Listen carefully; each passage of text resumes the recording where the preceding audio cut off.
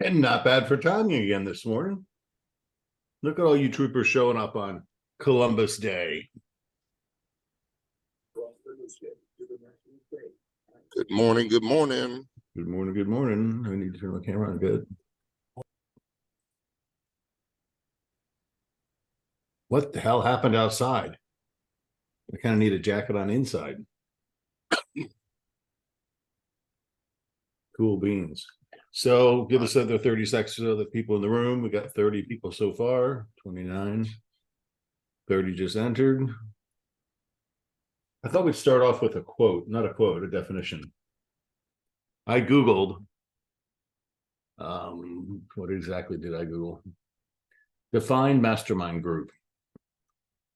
And the mastermind group definition is a mastermind group is a peer-to-peer mentoring group used to help members solve their problems with input and advice from the other group members.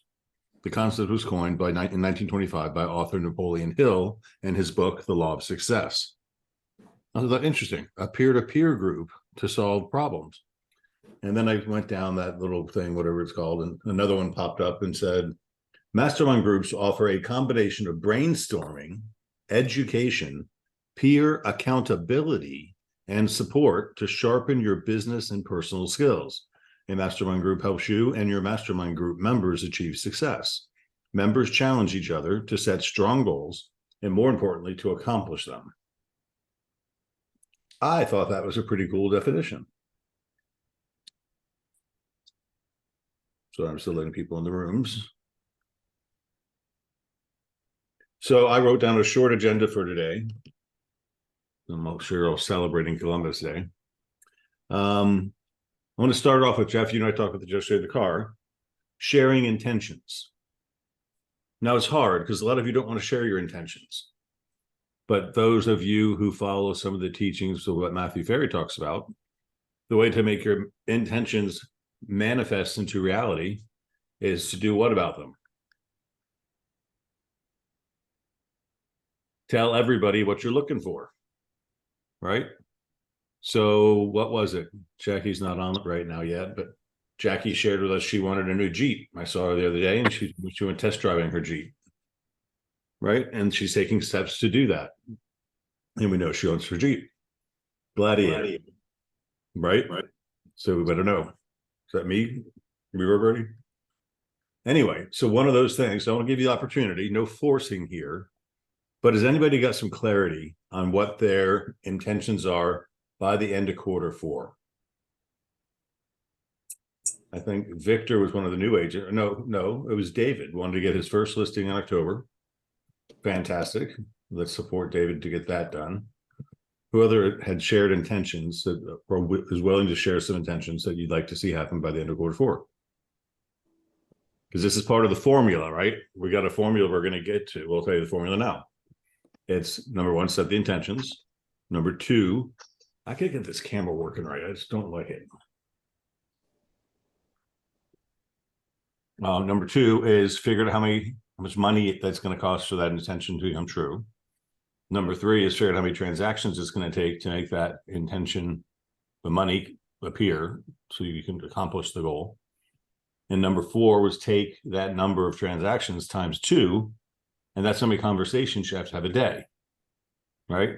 And then we'll work on skills and all that stuff later, because some of us are going to make the conversations and blunder them, where others of us are going to be skillful and have more results from the same or fewer number of connections. So anybody want to share some intentions that you would like to be not held accountable for, which is make people aware of? We know Mike Lehman wants a Lexus RX 350, and he wants to pay for it. Still admitting to the room. Absolutely. Already got picked out. You got it picked out? Kurt, perfect. What color is it? It's white. Ooh, sweet.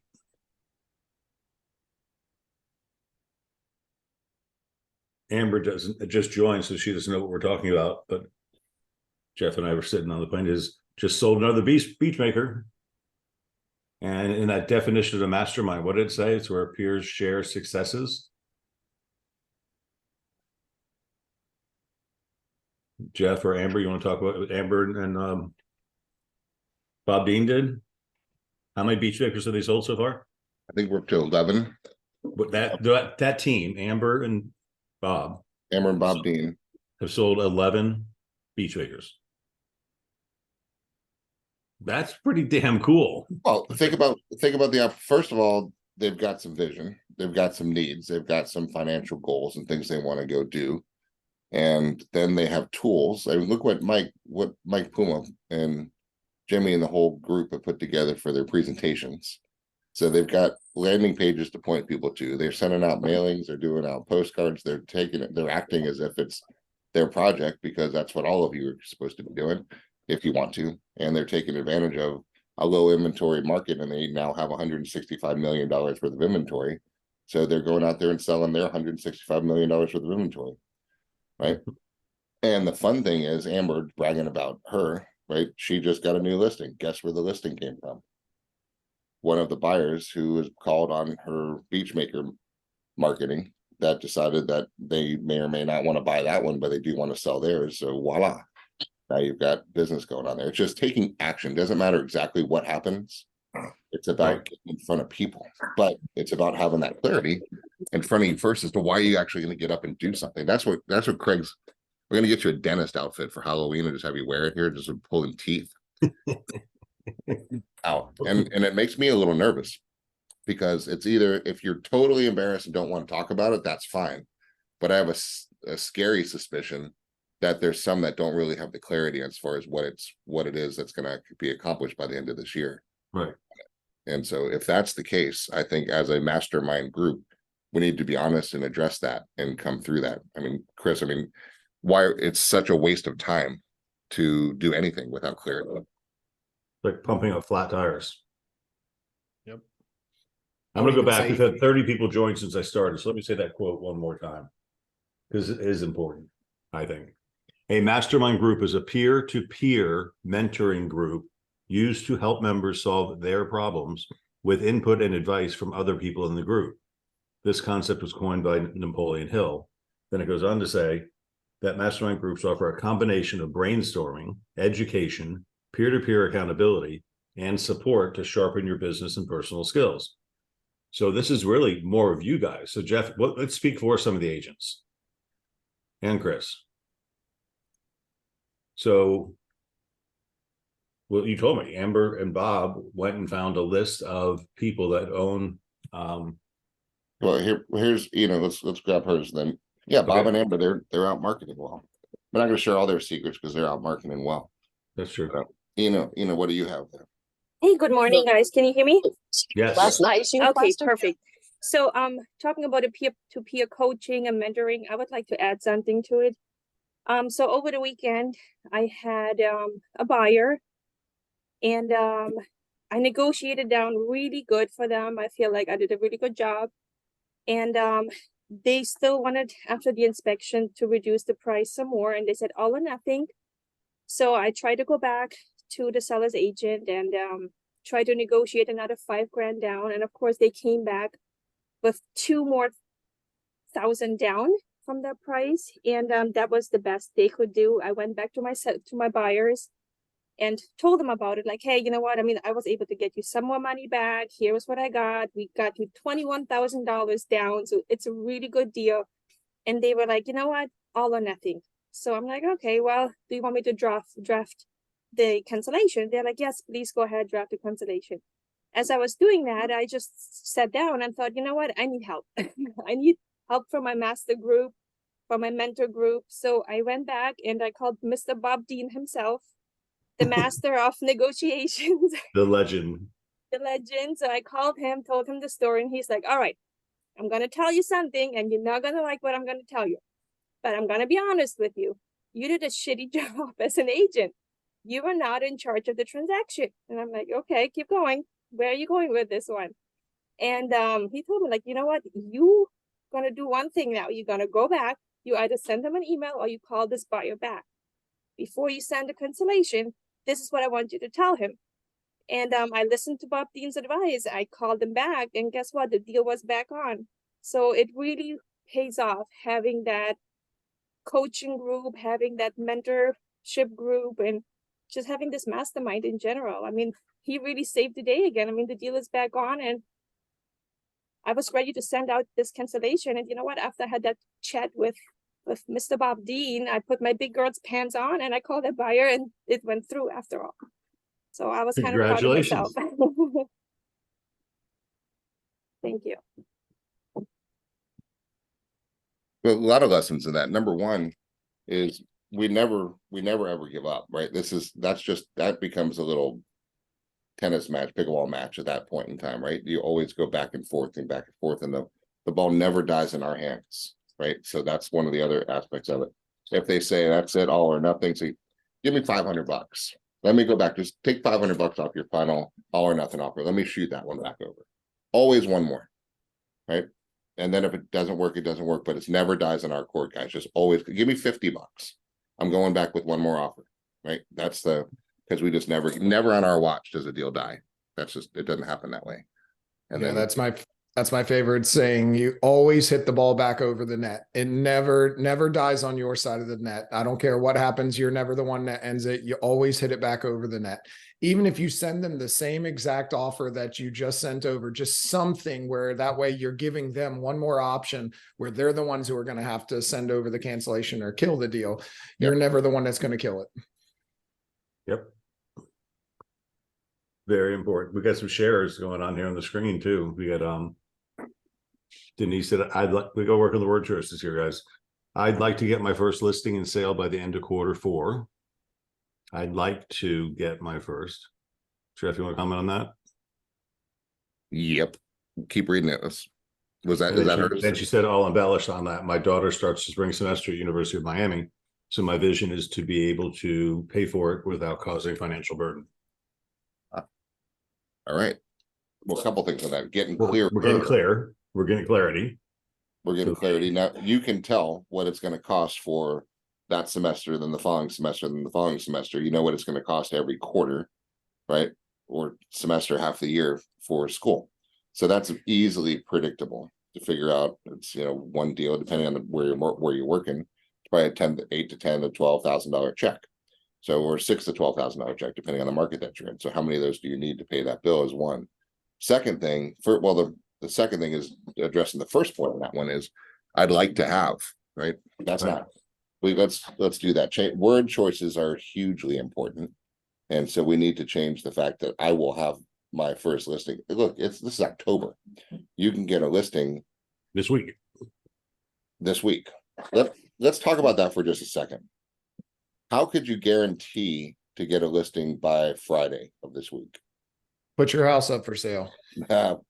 Put your house up for sale. There's one. How else? With accountability, with true brutal accountability. We joke about it before, but if you don't have a listing by 5 p.m. on Friday, both of your arms will fall off. And you will go through the rest of your life without arms. Bizbos. Okay.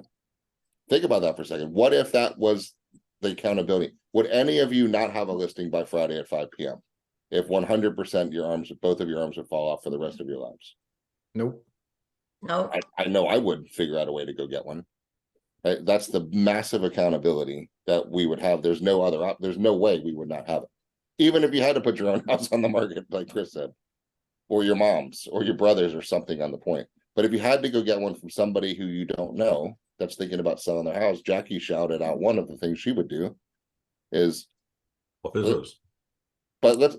Chris, let's map out a game plan for a second. Okay. You and I let's say we had to do this. Yep. What would you do? I'll tell you what, then I'll go through what I would do. We know what you do.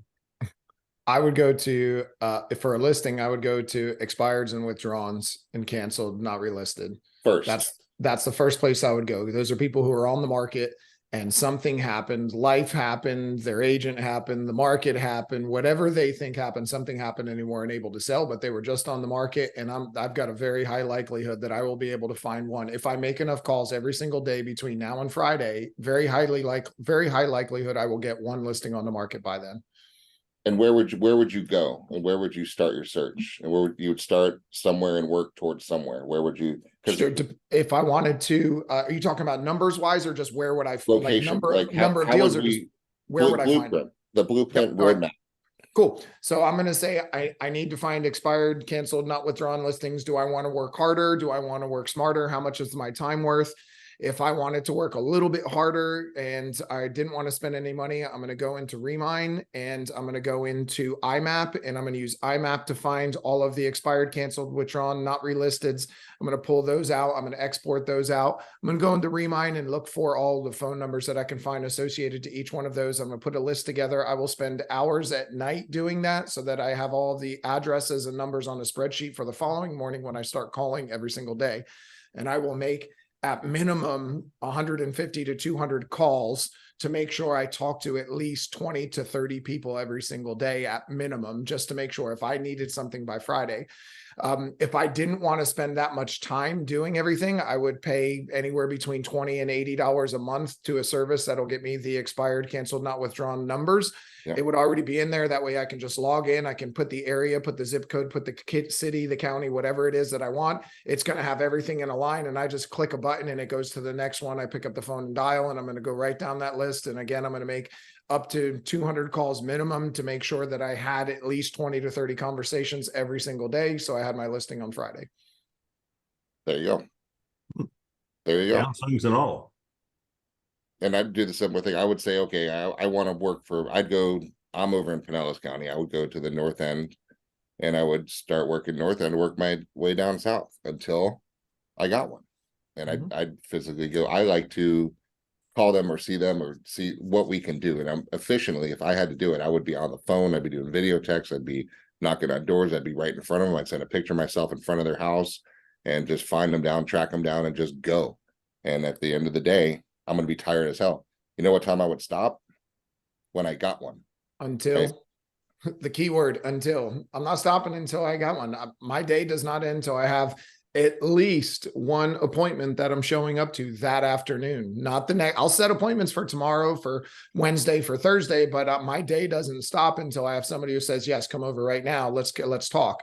And I'm walking out the door. But do you all realize that that's possible for you? Like, I know it may sound like a lot, but it's pretty simple and it's all possible. If you decided that that's what you were going to do, I mean, plenty of you have done way harder work in your life than that, from 9 to 5 or from midnight till 8 a.m. or whatever the hours where you've worked so much harder for so much less. So why wouldn't you at least give yourself an opportunity where all you have to do is pick up this little black box and just start making calls every single day? You could literally sit down for 2 to 4 hours a day and set one appointment every single day between now and Friday, literally one appointment every single day between now and Friday, and have one listing on the market by the end of the week. No doubt. I was talking to a friend of mine yesterday and my last leg of the travel day, and we were not joking about, but kind of remembering how many nights, this is in a different business I was in, at how many nights went till 2-3 o'clock in the morning, right? Just full on, like from 7 a.m. till 2-3 o'clock in the morning, just working, right? And just working on things and spreadsheeting things out and getting the game plan going. So we knew what we could do because we got so committed to make things work, right? So you just put in the time. There's no lack of time, right? If you have an appointment, if you don't have an appointment and you're having dinner or watching Netflix, I just want to impart a little bit of shame into your life, right? Because if you're committed to getting something happening and you're giving up without putting in the effort, something's wrong, right? Something's wrong. And we're allowed to say that to each other in the mastermind because you guys got up, turned this on this morning, and you're here to do something with your life that fires you up and puts a big ass smile on your face, right? We're just saying, let's identify clearly 3 of those things. Keep them in front of you. I mean, paying a tuition, that's good, right? A, that's what you should be doing, right? And B, you have no other option but to do that to fulfill your obligations, right? If we want to be little tough love masterminds together, do it, right? You need to go find another 20 grand, go do it. It's 2 or 3 deals. We just talked about exactly how to do it. Mike sent out a great message for today. Should get some engagement on the Columbus Day. There's so many different paths. Like we're just talking about, all right, I'm running. I'm going to go and I'm going to get these deals done because New Year's Eve, that's my visualization. New Year's Eve, you're sitting back looking at this last quarter and saying, damn, look what I was able to accomplish. That was awesome. I remember every Monday morning talking about it, and here it is. It happened, right? That's the experience that most of us are going to have. And we just want to make it the experience all of us are going to have. So when we say, hey, who wants to share? And you're like, shit, I don't have one. That's not acceptable anymore, right? We need to get fired up, put them in front of us, and let's go about what we're actually doing this for. Because guys, this market is so awesome. So awesome because most of your competitors have their head in the sand and don't realize what happened to this market, because this market is not the best market. Let's be honest, right? There's certain micro markets, but the overall market has a lot of problems. There's a lot of doubt, fear, anxiety, uncertainty. That's not any type of market that you want to be just, oh boy, look at the one I found myself in. No, but this is the one that when we work, the way we're talking about working, we exponentially knock the competition out of the market, right? To the point where they're just dead.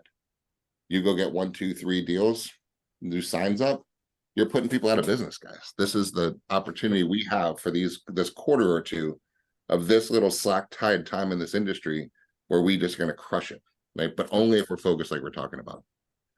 Well, What what was happens the when- messages we heard from the brokers at leadership? Fear, doubt, and anxiety. What happens when you show up with a level of certainty for a listing appointment or for any appointment when everyone else is showing up with doubt, fear, anxiety?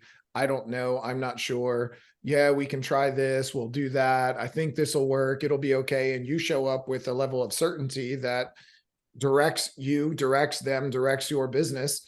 You're going to get selected for the job every single time. And when you have that certainty about your intentions that you said, this is what I'm going to do. My intention is to talk to 20 to 30 people every single day. This week, set one appointment every single day. So by Friday, I have a listing that is getting signed and going on the market, because I know if I continue to do these things, I will get that $18,000 for this quarter for my son's tuition down in Miami. Like, that's just a direction that you are flowing and going in, and then everything flows to you and through you from there.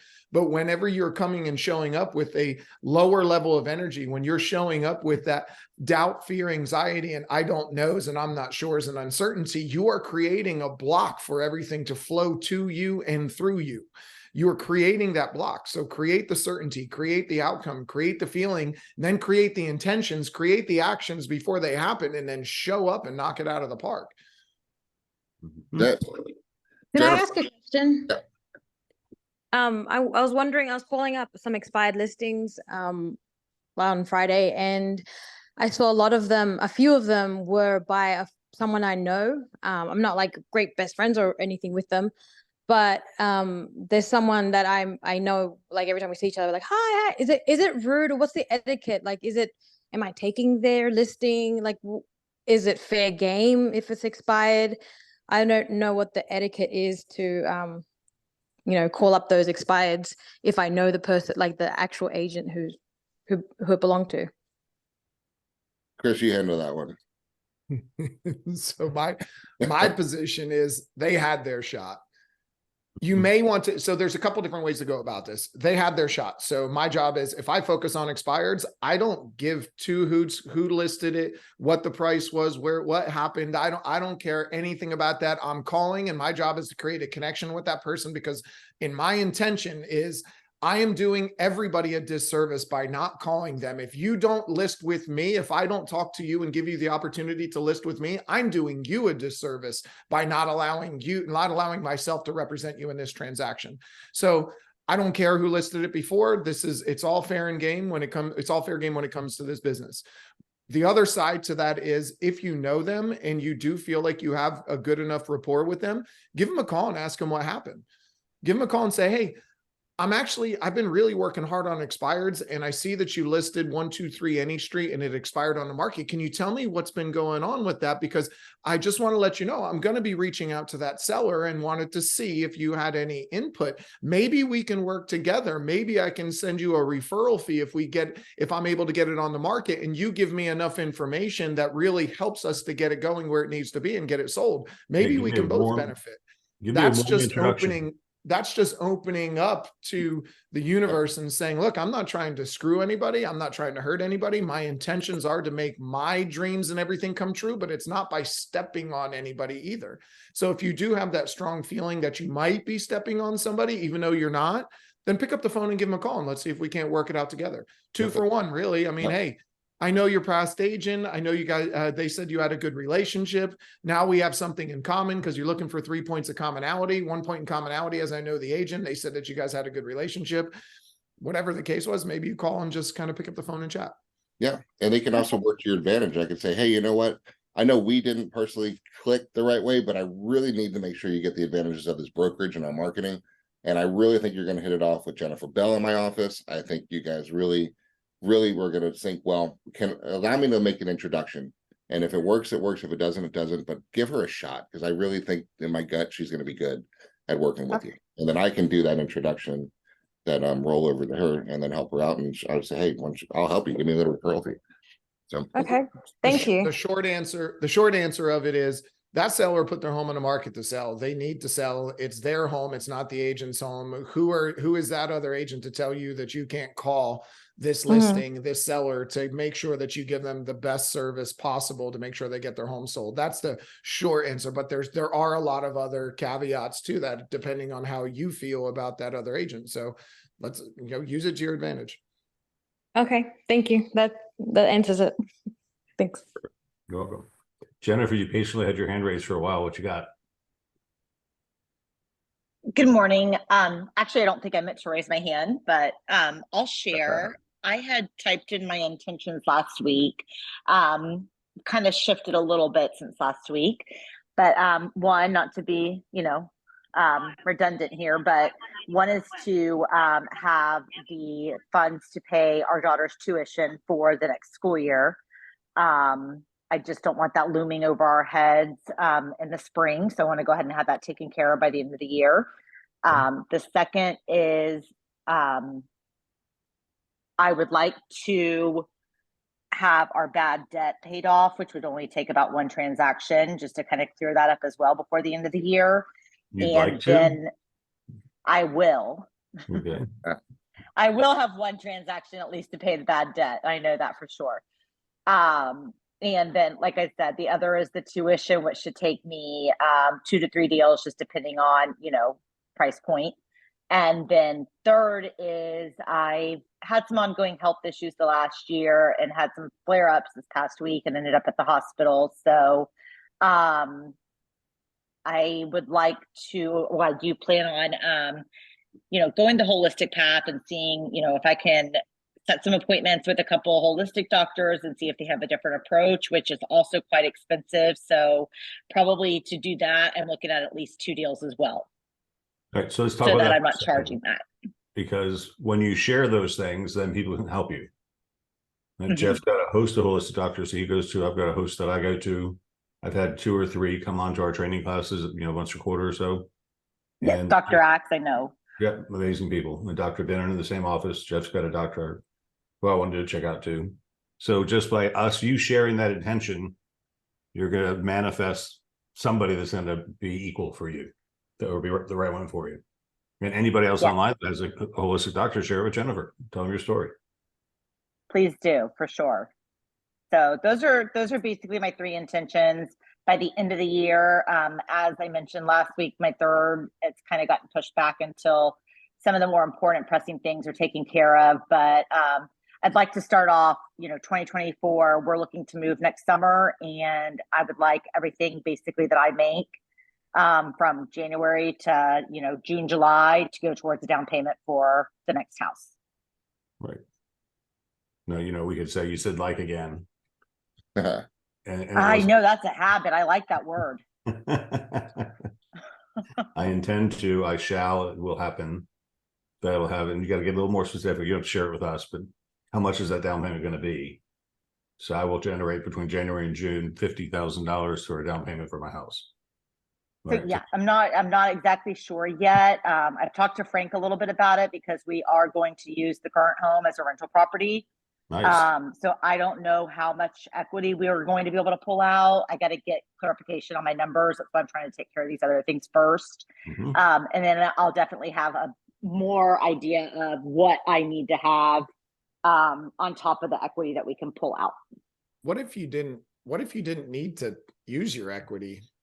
that'd be fantastic. That's Now, what I'd are like you to in a do. job or are you in a career that you can determine how much you want to earn, set some intentions, clear a schedule, go out and make the connections and earn pretty much an unlimited amount or whatever you wanted whenever you set that clear intention of what it is and show up to that schedule and do that? Mhm. Yeah. So Absolutely.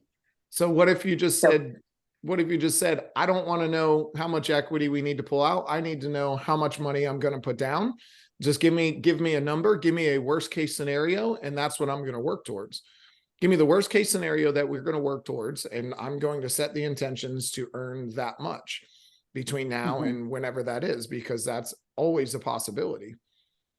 And most Right. times when we say, I'd like to do this, it's kind of like hoping for something. Like whenever everybody is like, what's it look like when you hope something happens? Like, is it strong? Most people think hope is a good thing. Like, no, hope, it's a wonderful thing, hope and all. But when you hope something happens, you're really just kind of like, I really hope it happens. I really like for that to happen. Like, I want you to start exaggerating the things that you say just to see what the real full effect is inside your brain and your body, and what you're really magnifying and what you're really manifesting and then attracting. So really you have to set it with a certain level of certainty rather than hope. So I will, I do, I shall, my intention is, this is what's going to happen. If you start making little shifts like that in your intention statements, or even in your statements or in your goal setting, just little shifts like that, you don't have to fully believe it the first time. You have to get it out first. And you're like, okay, well, that wasn't so bad. I don't feel so stupid saying that. That doesn't feel so crazy. Because most of us feel a little embarrassed or a little uneasy, or we feel like we're going to be judged. Like, I mean, I'm sure part of the reason you said, well, I'd like to do this was because you really didn't want to say, I'm going to earn this much money by then, because you're like, oh, now I said it. Now everybody's going to hold me to it. Craig's going to write it down. Chris is going to know that number. Next week, they're going to ask me about how close am I to that number? How many people did I talk to get to that number? And that's where the accountability comes in. And now we don't want to be held accountable to it, because that means we had to do what we had to do. And if we didn't do that, then we'd be letting everybody down. Oh my goodness. Why let's let the whole mastermind group down, all 60 people online. Yeah, let's just smoke pot, watch Netflix. Cool. All right, Thank concept you. is there, guys, right? So we want to set the intentions, or positive intentions. They're backed by a financial number that's going to help you reach that. So we know what the college tuition is going to be, right? So now we got that part done. And then we figure out how many transactions it's going to be, depending on your marketplace. If you're at an average sales price of 300, it's a $9,000 check or a $7,500 check. If you're in the beaches, it's a $15,000 check. If you're in South Shore, it's a different amount. If you're in Sarasota, it's a different amount. Know that and make up a number of transactions it's going to take. And then part of the mastermind definition was to share action. So this is where I want you guys to share. And Jeff and I talked about this yesterday too. Share not only what worked, but what didn't work. Right? I tried something new and it sucked. It didn't do what I thought it was going to do. Right? I sat on the side of the road spinning a sign that says, I'm a realtor, ask me questions for 8 days, and nobody stopped and asked me any questions. So that's something that we could share that didn't work, maybe. Or maybe it did. Or somebody else would say, I did a mailing to absentee owners in a certain area. Or somebody could say, I did Moxie CMAs for a whole bunch of them. Or my daughter, Right. Jessica, could talk about how she addressed 200 people at the leadership conference and got 50 new Instagram followers because she did a masterful presentation, which we're probably going to share for you at the sales meeting tomorrow if I get her permission. Craig, it's Jackie. Okay, Jackie. Hey, so I believe in education, so I've sat in and listened to this lady that's been advertising on Facebook about being a real estate coach, and it was a 90-minute call. And she was talking about that you should be more of a marketer than you are anything, which isn't anything I haven't heard before. But one of the things she suggested is to send out 10 video text messages a day, but instead of sending out stuff saying, hey, you know, people I don't know or whatever, just send messages out saying, hey, it's Jackie, and I don't think we've spoke for a while. I hope you're having a great day. give me a call if I can ever help you, but don't really ask them for anything. Just say, hey, happy Friday, which I sent one out on Friday after this class. And I got two of my people that I know that have called me now, and I have 2 listing appointments from them because they said, oh, we've been thinking about you. And the one couple's getting divorced. So so I'm selling their house. And another one is somebody in Sun City that wants me to list their house because they want to move into Aston Gardens. So I got 2 leads from those. Hey, happy Friday. I hope you have a great weekend call. So I sent out 10 and I got 2. And I'm going to state this clearly. I will have at least $2 million sales before the end of the year. And I wrote an offer yesterday for one for $1.4 million. So I'm halfway there. Nice. There's lots of them out there. And thanks for sharing that too. Yeah. Like what we talked about yesterday was like, who wants to talk about success? And I think that we confuse what success is, right? It's progressive realization of a goal. So having the goal is already success because most people don't even have goals. So having a clear goal, you're already successful. And then it's realization to them, which means the only way you're going to get good at something is to suck at it first, right? And think about it. I mean, how did your kids or grandkids? They can probably run now and walk, but they sucked at it first, and they had to keep trying a different strategy to get better at it. And then that's how it is. But that's success. You cheered them on when they fell, right? Because they put the effort in. It's no different, guys. You need to screw up the first expired you go to, and probably the second and the third and the fourth one too. But record yourself so you don't get it any worse, right? So we can tweak the issue, get it with your managers, and get some help along those ways. So success is just doing something. So once you guys feeling good, hey, I made 6 CMAs. I didn't hear shit back from anybody. Great. Right? You got things in motion. You got action happening. Let's talk about it. How did you send it? What was your headline? What was the subject? What was the deal? Did you call them? Did you text them? Could you video text it? Could you lead it with a little video too? Right? Then you could start thinking about different approaches, right? So that's what the point of this is to make sure that we're just kind of moving forward. Okay, so you got third-party education, you got some ideas, and you took action on those ideas, right? Yeah. What was I listened to Jared James this morning. Oh, he was talking about how to become really good at social marketing. Guess what he said? To become really good at social marketing.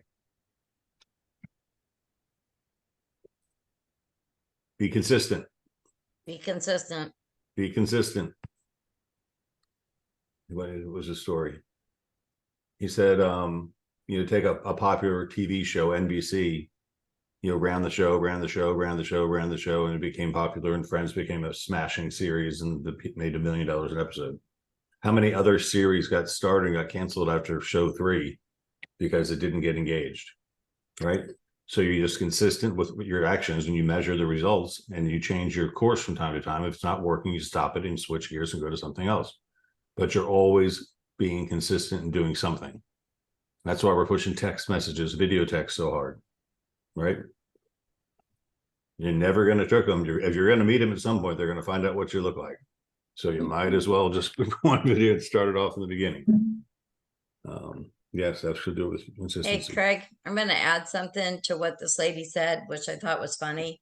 She said, if you don't like the way you look on video or when you're trying to video or send a message out, she said, just get used to it and look in the mirror and realize it's you. It's how you really look anyway. So quit worrying about what other people think, because if you screw up or you say something or whatever, people love that because you're human. And I think that that's a really valid point, because sometimes I look at it, I think I make faces, but it's okay because my friends will comment on it, or people that I don't know will comment, so just, it's how you look. Don't be afraid of it. Oh, shit. I hate the way I look on camera. And I hate when YouTube takes that picture and I'm staring, and they get this goofy look on your face, and that's the thumbnail, and you're stuck with it, right? But so what? Some people think it's funny. There you go. Cool. Third thing. So anybody on the actions they tried that didn't work, they want to save us some time from not bothering, or can we tweak that? Or did they try some actions that actually worked and you want to share and let your fellow peers benefit from your experience?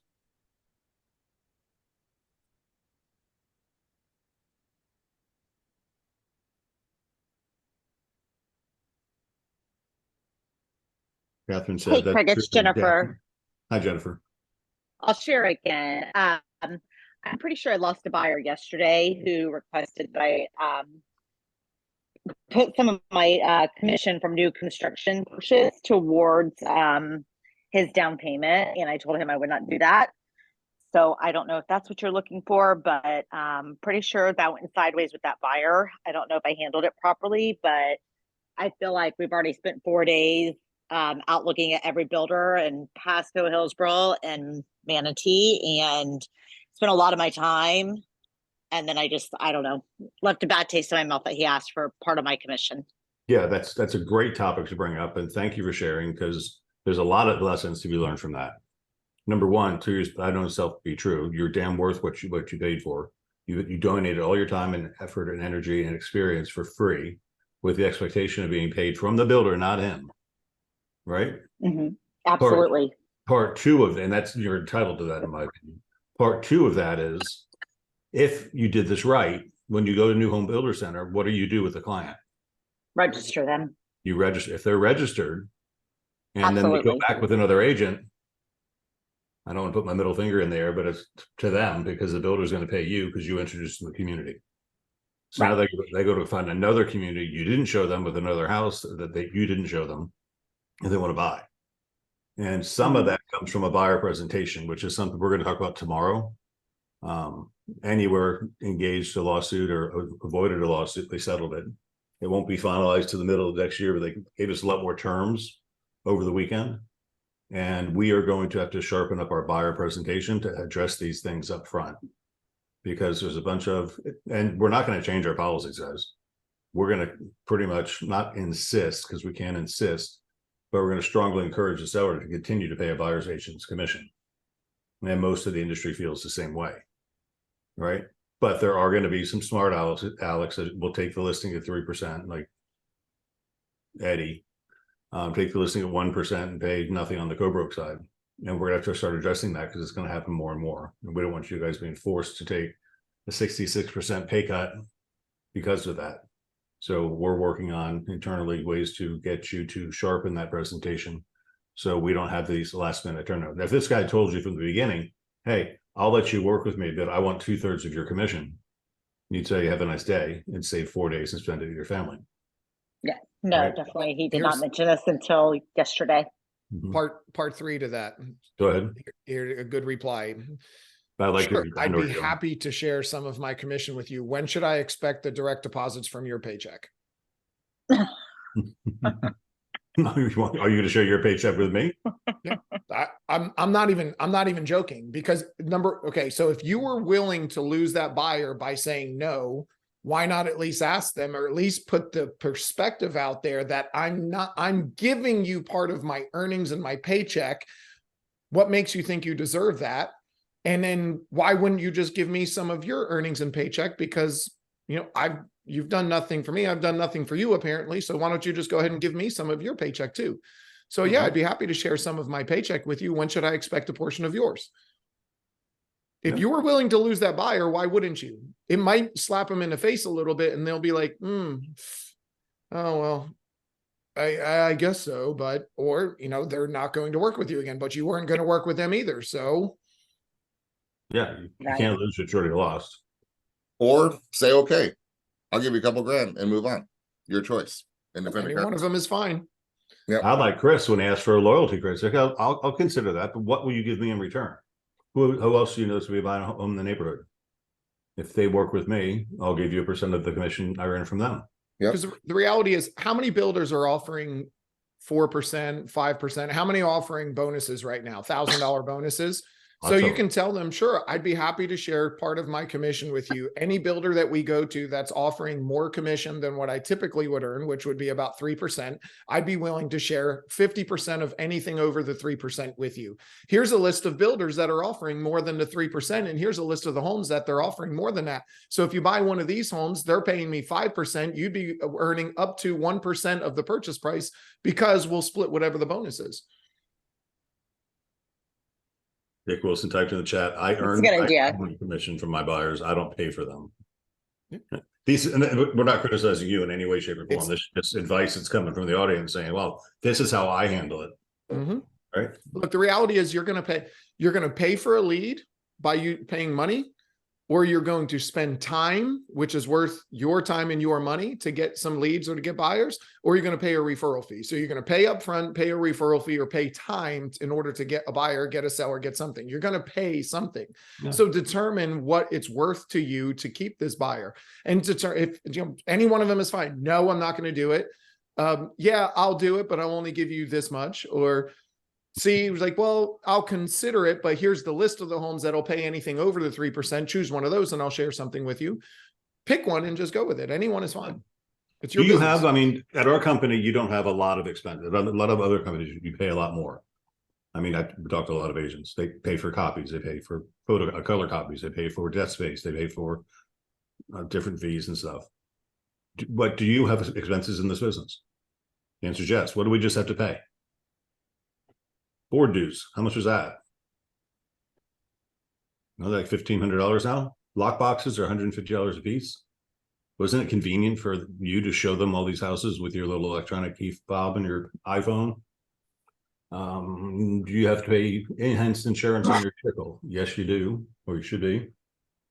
You pay for gas at $4.35 a gallon to drive their asses around. Yeah. Right. So we forget that. We take it for granted because the checks look so big.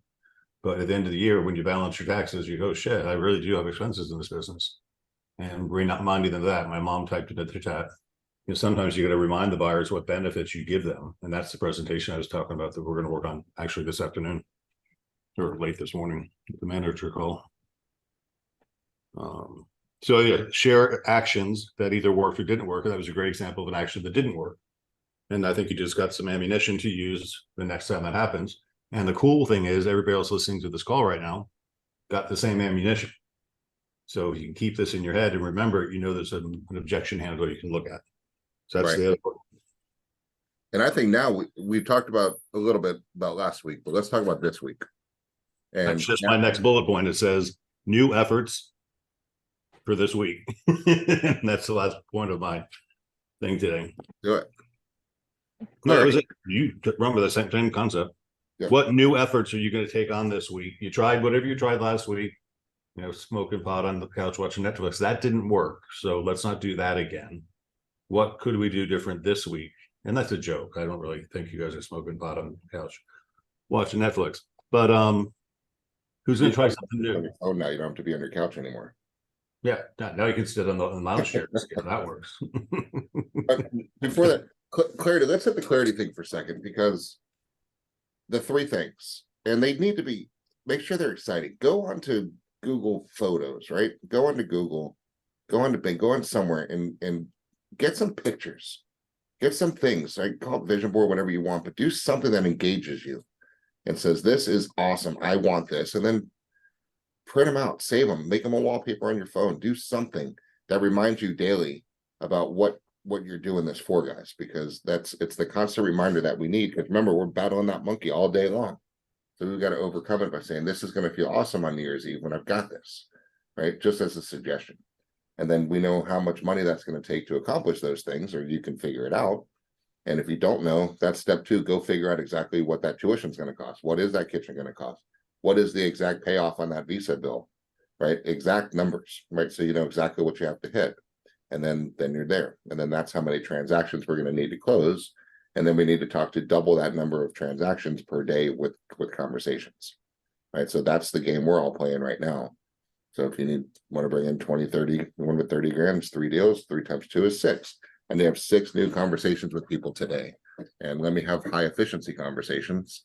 Let me talk to the expireds, they canceled. So the FSBOs, the high sell scores, and let's engage with my, lead follow-ups, all the things that you need to do, but 6 good conversations in order to get to that. So that's just our reminder of what we're doing. I'll This give her a fall. reminder. Jeff, you and I just went to Miami Beach. Yep.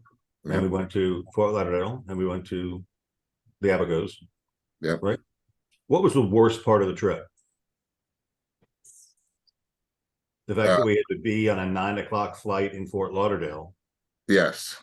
And we had to leave the hotel at 7 in the morning in order to get there. So it makes it a long freaking day. And then the plane was an hour and a half late. So we had to sit in the airport, which is boring as hell, for 3 hours before we can get there. We missed the ferry at the 12 o'clock ferry. So we had to hang out in Marsh Harbor for 2.5 hours. Right. And then we had to take the ferry over, and everything else was great. And then we had to leave on Sunday, but we had to take the 8 o'clock ferry because our flight left at 12:30 if it was on time, because we took the 11 o'clock ferry, we would have been there in time. So we had to spend 3 or 4 hours in the airport waiting for our flight. And then our flight took us back to Fort Lauderdale. That's where our car was. And then we had to drive 4 hours across the state and got home around 6:30 last night. So what would put a big ass smile on my face? Private plane. That- Yes. Calling up Miles, or my pilot, and say, dude, pick me up at 11 in at Miami Beach Airport at Opa-locka and take me to Marsh Harbor directly. And I'd like to be there, with an hour to spare to get on the ferry. Right. And then I'm coming home on Sunday. I said, shit, I'd really like to get home around 3. So if you can get me there by 11, pick me up at 9. That'll give me time to do the 8 o'clock ferry. I don't have to sit around and wait. And it's an experience. Now that's going to cost me $10,000. Right. But there's Jeff and I, that's only 5,000 a piece, and I know 6 people. So if I got 6 people, Well, then it $6,000. went to start a little Facebook group of the people on the same island and coordinate efforts, so it's actually cheaper than flying inconveniently. Right. And there's a lot of people flying back and forth from different places. So, but that's how the conversations start, right? With the clarity, with the vision, say, man, that's going to feel good. He doesn't know how the hell he's going to do it yet. Nope. But he knows that that's going to be the outcome, is to have that option, and it costs money. Right. So then you say, well, how can I make that make sense? Same thing with the kitchen, same thing with the car, same thing with debt paying off, same thing with investment property. You just got to get that clarity, but he's got that clarity. Put the thoughts in the universe and then let them tinkle around in there until you say, oh shit. And now I just told all you guys that I'm looking for a friend with a private plane. Maybe some of you know somebody with a private plane. Say, hey, my broker's looking to fly in a private plane. Maybe you guys should connect. And that's how the world works. And now Craig's got to say, all right, what am I going to go create income with to invest in what that spits off enough cash flow that allows me to have that opportunity. Right. So that spins a whole different set of thoughts in motion as to what happens. How do we grow the company? How do we help you guys get empowered to do more transactions? How do we get new locations? How do we get rolling? How do we get some more gross commissions into the business? Right. Then that does a whole new chain. We do the exact same thing you guys do, guys. That's why this is a mastermind together. Yep. All So right, who's going to try some new efforts this week? Try something new. Give us an open house report. Who's having success with open houses?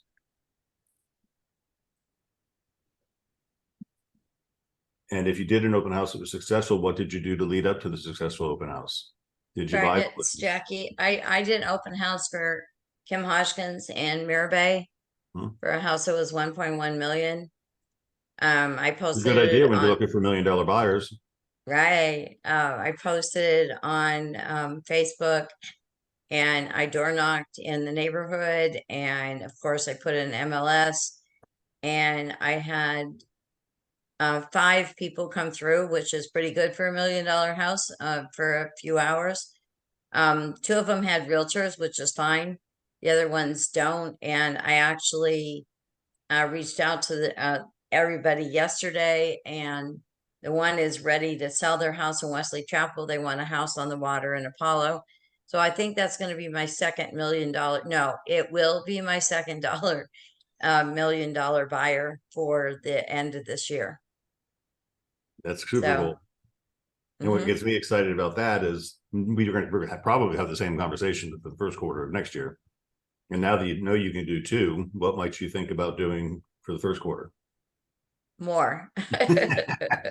We generally never go backwards. Cool. Natalia, you turn your camera on. Do you want to add something?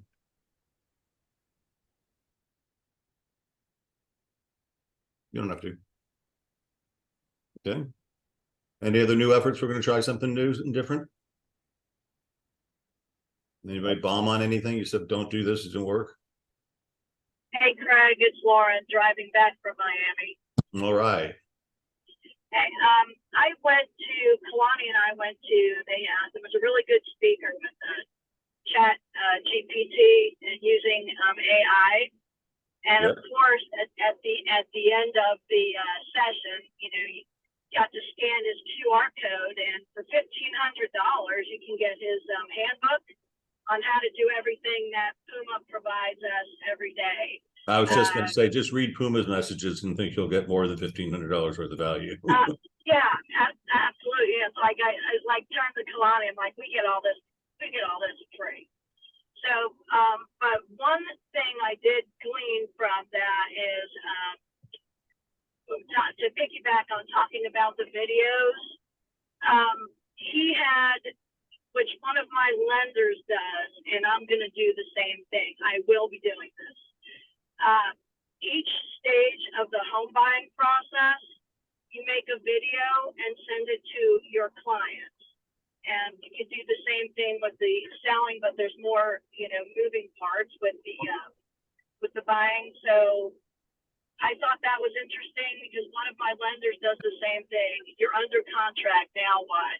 And goes through each step with a video explaining the process. So I will be doing that because I thought about that as soon as I saw those from my lenders. Well, you've been around enough. You know, what is one of Joe Diener's claim to fame? His buyer letter. His letter. Yeah. He's got letters for every stage of the game. But now we're in this year called 2023, which is rapidly approaching 2024. And the letters are just passe now. Joe, and I know you're watching right now, Joe could do his letters visually. They already know them. Okay, you sold a house, now what? Here's what the next steps are. And he can read his letter, and then he can mail his letter as a follow-up. Excuse me. You read my mind, Craig. I thought I might have. Yeah, so but the one action I am going to take that I've been procrastinating with is making a video for my Moxie for the CMAs. Mm-hmm. I will be doing it this week. Cool. Love it.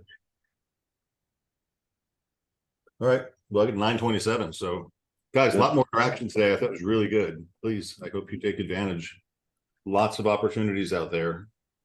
And I will say it, there's a lot of fear, anxiety in the marketplace about the future. But who controls our future? We do. Mm-hmm. What's going to happen in the marketplace? Whatever we make happen in the marketplace. Whatever we make happen. But one of the things going to happen is a lot of our competition is going to go away.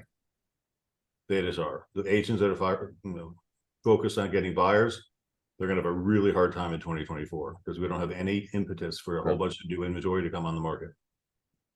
And then you got this lawsuit. It's going to make some people really scared. Not like we're going to be scared about it, but changes are coming, and we're just going to have to hit them straight on.